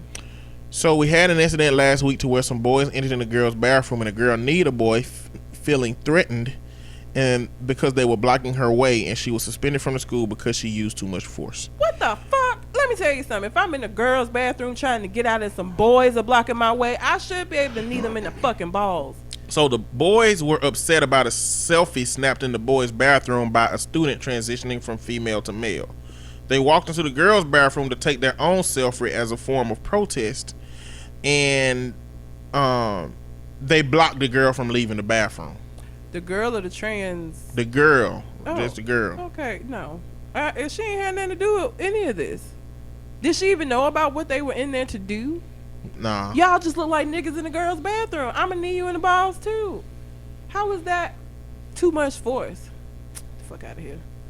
I don't know, maybe one of his testicles exploded. Tough shit. If my daughter got sent home and they called me and said, Miss Red, your daughter need a boy in the girls' bathroom, my immediate question is gonna be, she was in the girls' bathroom and he was in the girls' bathroom and she need him in the girls' bathroom, what is the problem? Because I don't see the problem. I'm not gonna have a problem with that. He shouldn't have been in the fucking girls' bathroom because she didn't know what was going on. All it looked like is boys in the girls' bathroom not letting me out. And are we saying that if boys coming to the, like if they had the intent of coming in there to sexually assault a girl that was in there, we just have to wait for the girl to be sexually assaulted before anybody was to take up for it? Man, I wish the school would call me and tell me that shit about my daughter. Man, more school dynamics. Like I said, I work in the school system, not as a school system employee, but as a contractor for the school system, and just the stuff I be hearing, these stories just stuck out to me more than anything. This shit is crazy. This time, like, I just don't. I don't understand that decision. How is she expelled for that? Like, again, she wasn't in the boys' bathroom kneeing boys. There's no way they gonna let this stick. If it was my child, it wouldn't stick. Because we coming up to the board, we all finna sit down and have a conversation about why the fuck this is not okay. That don't mean you gonna get the results you want. It don't, but it would let my child know that I support her and what she did, and that I don't feel like she was wrong, and I'm not gonna let it just be swept under. She's gonna know that mama went to bat for her, regardless of whether or not she continues to be suspended or not. She's gonna see me take up for her. And that's hard in the school system too, because this is one of those instances where that is reasonable, but a lot of parents come up supporting the stuff their kids do at school when it's really your kid fucked up. What are you talking about? Shut the fuck up. Yeah, I have a lot of friends that are teachers in the school system, and the stories they tell me about parents, and it's like, your fucking kid ain't doing his homework. You finna come up here and get at me about that? No. Teaching was not in the cards for me. Cause I ain't got time to be fucking around with little Johnny's parents. You need to be trying to figure out why Johnny failing. How about that? You coming up here mad because he failing. You mad at me when the nigga ain't doing his work. Mad at me for? Don't be mad at me. So I don't listen. I think that Love and Hip Hop. Don't really watch it anymore, but Love and Hip Hop New York, Remy Ma is on there, and some girl named Brittany Taylor. First she posted a video of a black eye that she had and said that Remy Ma did it. Then she didn't went and got lawyers and she's suing and all of this shit. And so, people are like, y'all gonna get upset at people for being mad at Nipsey Killer, but you gonna get mad at her talking about she a snitch for telling that Remy Ma had. Listen, let me tell you something. Remy Ma, did she shoot or stab her friend? Stabbed Stabbed her friend over her friend, okay? This is somebody that she liked. This little, and apparently this girl has a smart mouth and say a lot of shit. Listen, I don't know why Remy punched her in the eye, but I say be glad that you only got punched in the eye. Remy, stab bitches. This is evidenced by, we have this on record. There's a record of it. Let me tell you something. If somebody blacked my eye, I'm not gonna get on social media and be like, look at my black eye that such and such gave me. Like, you don't look good doing that. Like, what did you do? She just blacked your eye and you just decided to come get on social media instead of doing something about it? What the fuck are you, is this clout chasing now? Is clout chasing now becoming getting punched in the eye and looking for sympathy online? Because again, my immediate reaction was like, at least she didn't stab you. I mean, I don't know. I don't feel bad for you, but like, it could be worse. History has shown us with Remy Ma, it could be worse. At least you walked away with your life. What did she do to Remy Ma? See, that's what she's not saying. She's trying to act like she don't know why she punched her. And if Remy was just out here punching bitches in the eye, this would have came up before now. Okay, I don't believe that she just punched her for no reason. I think she was probably getting slick at the mouth. Remy is Remy, and Remy is from New York. And I just feel like New York people don't really have a long fuse when it comes to dealing with people's shit. And then on top of that, again, this is Remy. So, I mean, again, you lucky. She only punched you in the eye. She stabbed a friend, and y'all ain't friends. So, she's learned, I guess. Growth. Punching people instead of stabbing them, it's growth. I would not get into it with Remy Ma, personally. Me personally, I'm not going to have an argument with somebody that has stabbed a person close to them. I'm not close to you. So I'm not going to take the risk. So I don't know what she did. I'm sure she said something fly at the mouth and she got socked. And that's what happens. People's going under her comments on Instagram putting rats. I didn't even know there was a rat emoji, but apparently there is. And they just been filling her thing up with rats because she snitching, talking about Remy hit her in the eye, and now she got a lawyer, and she just getting her little 15 minutes of fame behind this. Like, you look bad. What? When people got beat up when I was in school, like, it wasn't that, if you got beat up, you just shut the fuck up. Like, you don't want to bring no attention to that. You don't want nobody to talk about the fight that you lost. So you just don't say nothing. Running around trying to get sympathy for getting punched in the eyes, just, I don't understand it. And it's a gamble as to whether you come up for that or not. Yeah. Like, don't get me wrong. Some people have come up from exposing a celebrity and then coming up. But, like, if you don't come up, I think the cost is too high. And people like Remy. People like Remy. You got this whole culture right now with the whole Tekashi 6ix9ine shit going on and no snitching. And you didn't got on social media addressing this as this opposed ain't even to, snitching. Well, but that's how Like, they, am I wrong, or just snitching just involve like when consequences can come to the person or authorities or something? well, this Like, when did can. snitching just be? This is, I mean, because she could get Remy. I don't know if she on probation. I don't know I don't know if she's still on papers from the other charge. I know she got out, but I don't know if she served the total amount of time or if she. But this could come with some consequences for Remy. Her getting into another physical altercation, especially if she's still on papers. I don't know. She could be getting her into some trouble behind doing this. It depends on what she did. If they show a video of this girl up in her face and then Remy just punch her because she in her personal space, that's just self-defense. Yeah. Again, I'm not finna talk about a fight I lost. I don't want you even bringing it up. I just wouldn't have took no pictures to my fucking eye here. Wouldn't have said shit. How you lose a fight?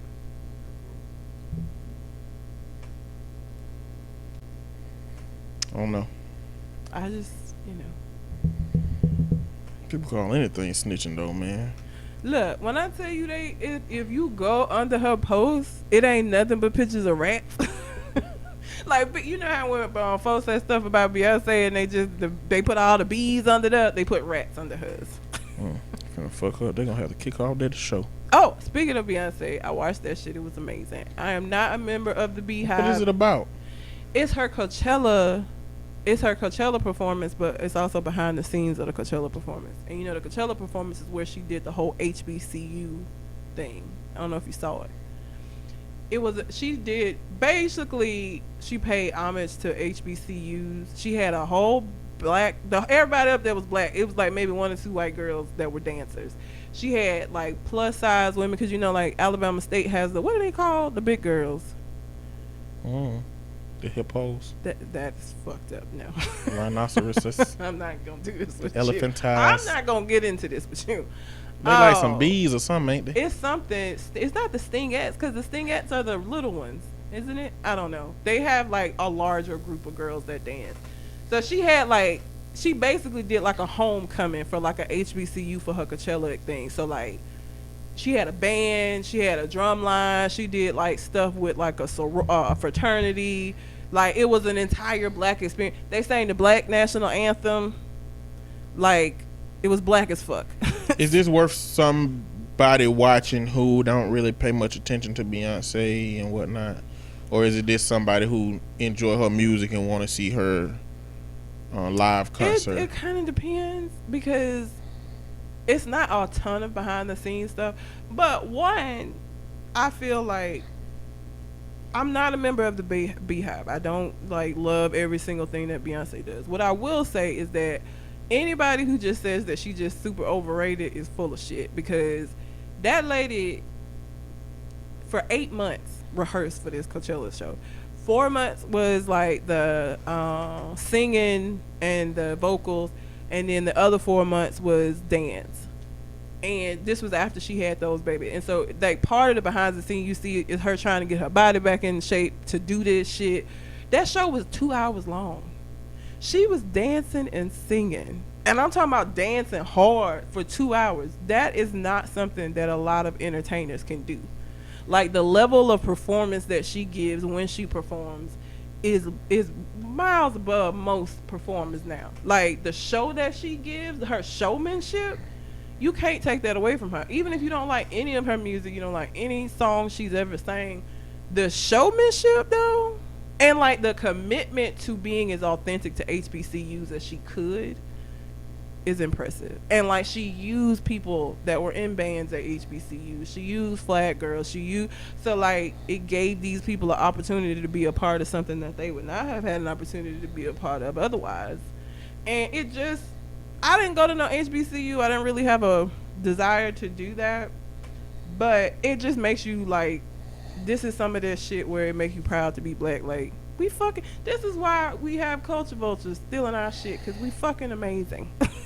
Like, the sweat, like, we just are amazing on our own, just doing what we do amazing. And so for the showmanship and for like all the HBCU stuff that's in it, I would say is worth a watch, even if you're not a fan of hers. And like I said, 8 months she rehearsed for this total. And I have a lot of respect for her, regardless of whether I don't agree with everything she's done. I won't agree with everything she's gonna do, but I will say that she's one of the greatest performers of our time. Like, she puts on a show. She don't stand in one spot and sing. She doesn't lip sing. She is singing and dancing her fucking ass off, and I just have to respect it, because I can't do that shit. And them big girls was getting it. Listen, she had a whole little part where it was just her and two big girls, and they did their thing. It was impressive. She got to choose what she was gonna do for Coachella, and she did the blackest shit she could have done. Like, short of everybody being Black Panthers up there, some shit. Like, she did the blackest shit she could possibly have done, and did a whole HBCU show. She's doing what Black America could do to take over. Yeah. Is walk the fine line between being culturally appropriate and black enough to be acceptable to majority culture. Yeah. Fox News gonna say shit in front of a bunch of white kids, because it's Coachella, so it's black people there because they wanted to see Beyonce, but Coachella is something that a lot of white kids go to. She got up there and sang Lift Every Voice. Them white kids don't know nothing about that shit. Like, that shit was just to see that. It's like if everybody who made money was on that community responsibility situation, we could be having so many more people to look up to. And they do. Her and Jay-Z both do a lot of shit that people don't know about because they don't do it to get the accolades. So like a lot of the charitable stuff that they do, we don't know about because they're not trying to get any accolades behind it. Like, you know, one of the things, the issues that I had with Kim and her helping, what was her, Alice Walker. If you're gonna do something to do it, then you should do it, and it should not have to be front page. Like, it takes away from the sincerity of it if you go make a big deal about it, as opposed to just doing it and just let it speak for itself. Let the act speak for itself. And I think that Beyonce and them don't never talk about the shit they do, but like when all of those police shootings were happening, they did a lot for those families that they just never said shit about because they're not looking for people to be like, oh, that's good job, guys. You know, they did it because they felt like it was right. So I have a lot of respect for her after watching that shit because, again, my ass in my house dancing around for 5 minutes and was out of breath. Mm-hmm. Not even singing, just dancing. She did a 2-hour show. Coach, 2-hour show back to back. She did it like a Saturday, Sunday. She did it back to back, full show. And it was really very good, and there is not a lot of people that put that much showmanship into their shit. Like, they just don't. Like, anybody that's listening that thinks she overrated, name me another artist that puts on a show to that level. Let me know. I would love to know that who I'm sleeping on. But she takes the money that she has and she puts it to very good use. Like, her show, them tickets are ridiculous, but you get a fucking show. It costs you an arm and a leg to go, but the production value in it, I feel like, makes sense. Yeah. So. Well, that's about our time. All right. You got anything else on your mind? I think that was all I had. All right. Well, until we come to the next conversation. We out. Holla.